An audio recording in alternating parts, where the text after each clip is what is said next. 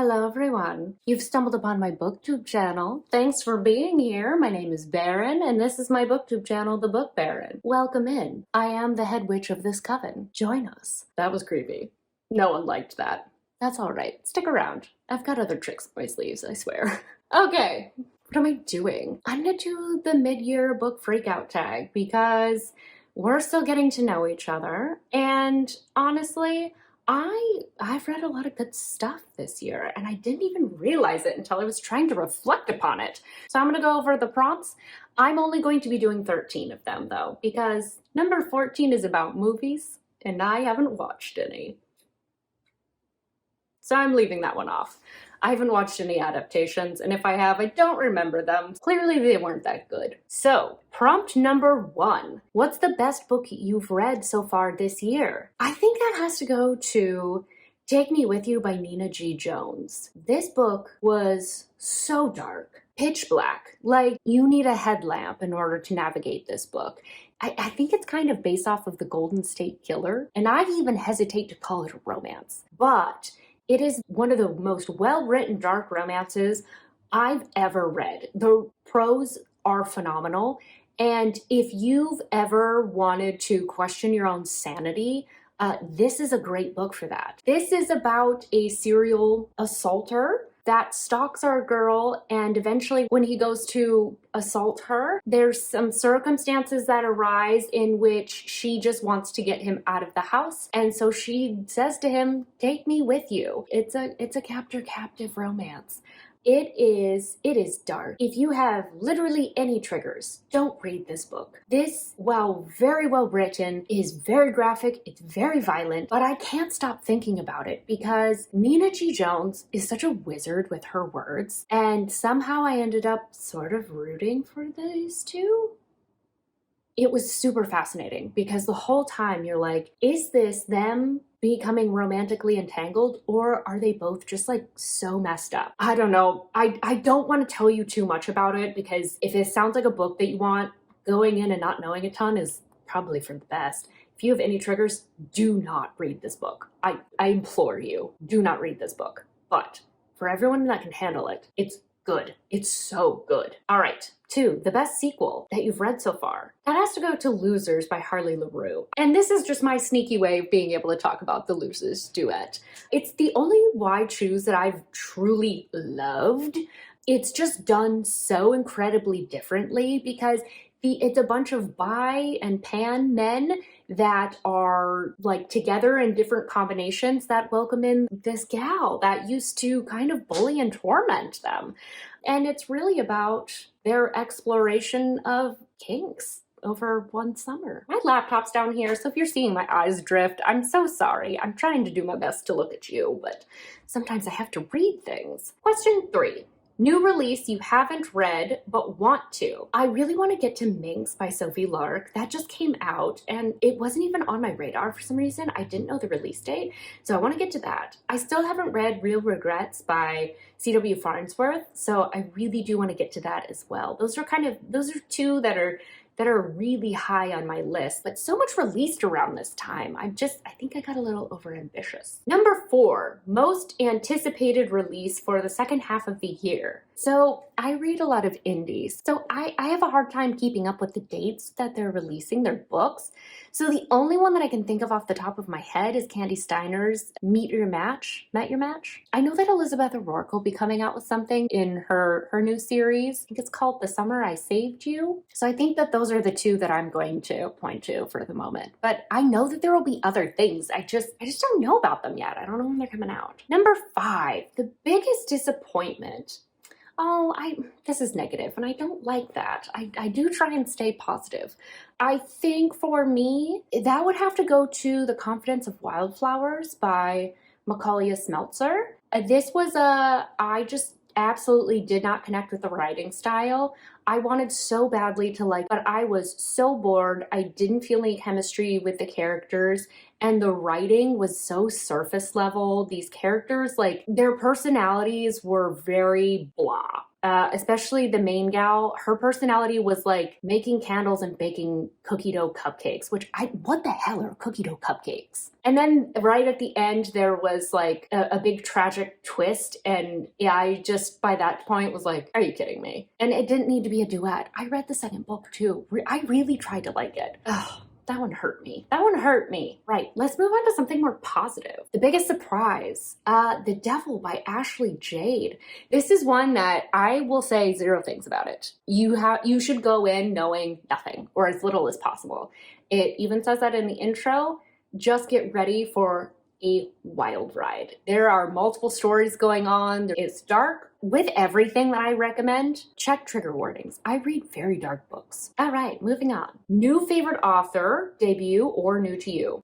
I think Nina G. Jones is my new favorite. There's a lot of gals that I really like that I discovered this year. Harley LaRue, Ashley Jade. They just consistently write things that I really love. But I think the main prize has to go to Nina G. Jones. Her prose are beautiful. The way she describes things and the way she crafts a story. The thing that I love about dark romance is, can I, in these extreme and crazy and taboo scenarios, get on board with these two wanting to be with one another? Can you convince me that these two deserve love? That's what I like about it. And she expertly did that. I don't think she's writing anymore, which is sad, or she hasn't come out with anything for a while.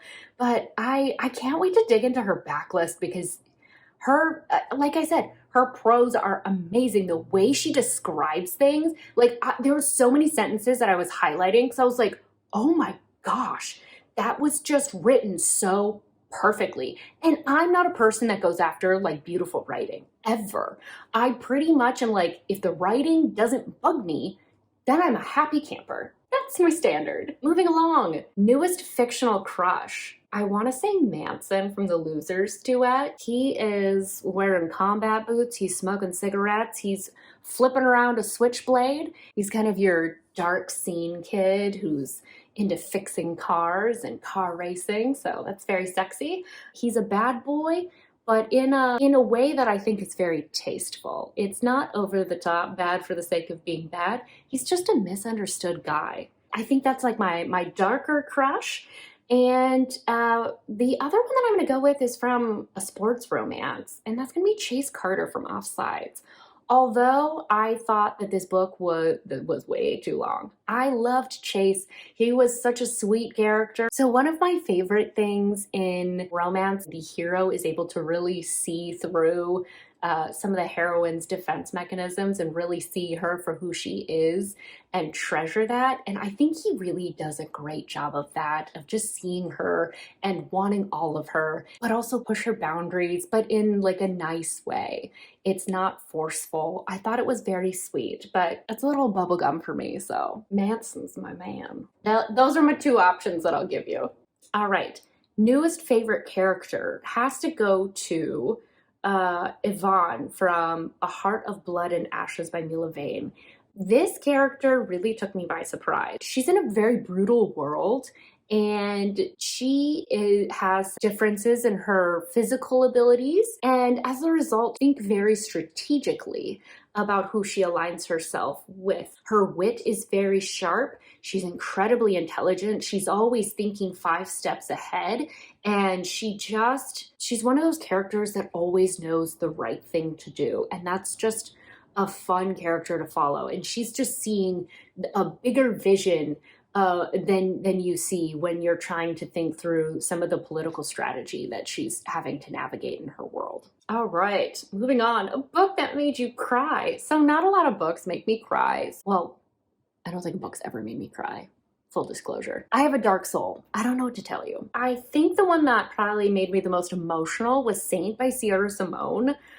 This is about a guy that has been dealing with severe depression throughout his life.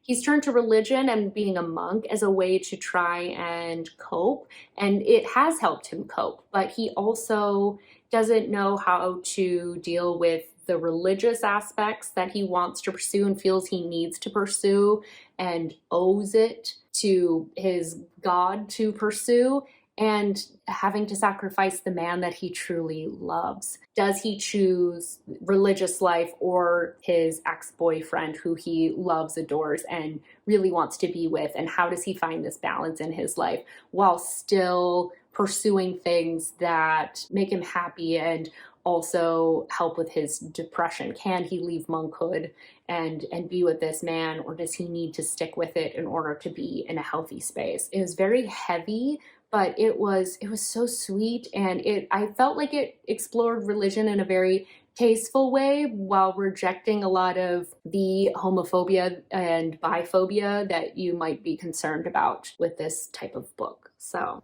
Hi, friends. One thing I definitely need to clarify, this is still a Sierra Simone book, so there's a lot of spice, and some of it is in religious places. So if you are actively religious and will find that offensive, don't read this book. I just wanted to clarify that very quickly.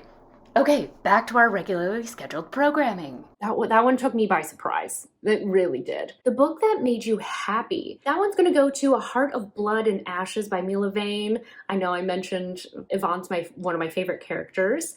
I think what really made me excited about this is it was a barbarian fantasy romance, and I don't think I've read anything quite like it. I felt like it was really unique, and I've been having a bit of a dry spell with fantasy romances, and this was most excellent. The writing was a slight bit pretentious, but beautiful. And the political landscape that you're dealing with, it felt sort of like very romantic Game of Thrones. There's a lot of political things going on. There's a lot of death, but it's made me happy to be able to sink into a fantasy romance again. That was very fulfilling for me. All right, the most beautiful book you have acquired this year. So now this would probably be where I hold up some special editions. I think that's kind of shitty.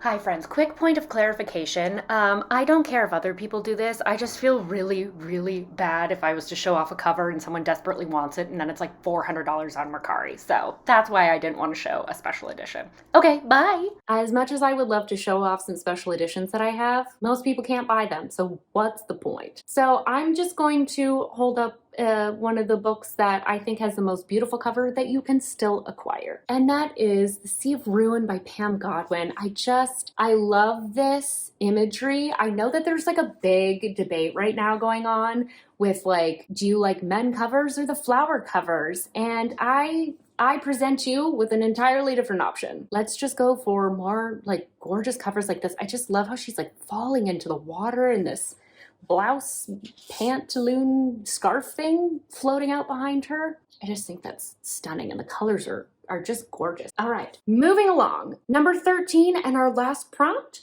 What books do you need to read before the end of the year? Oh, there are so many.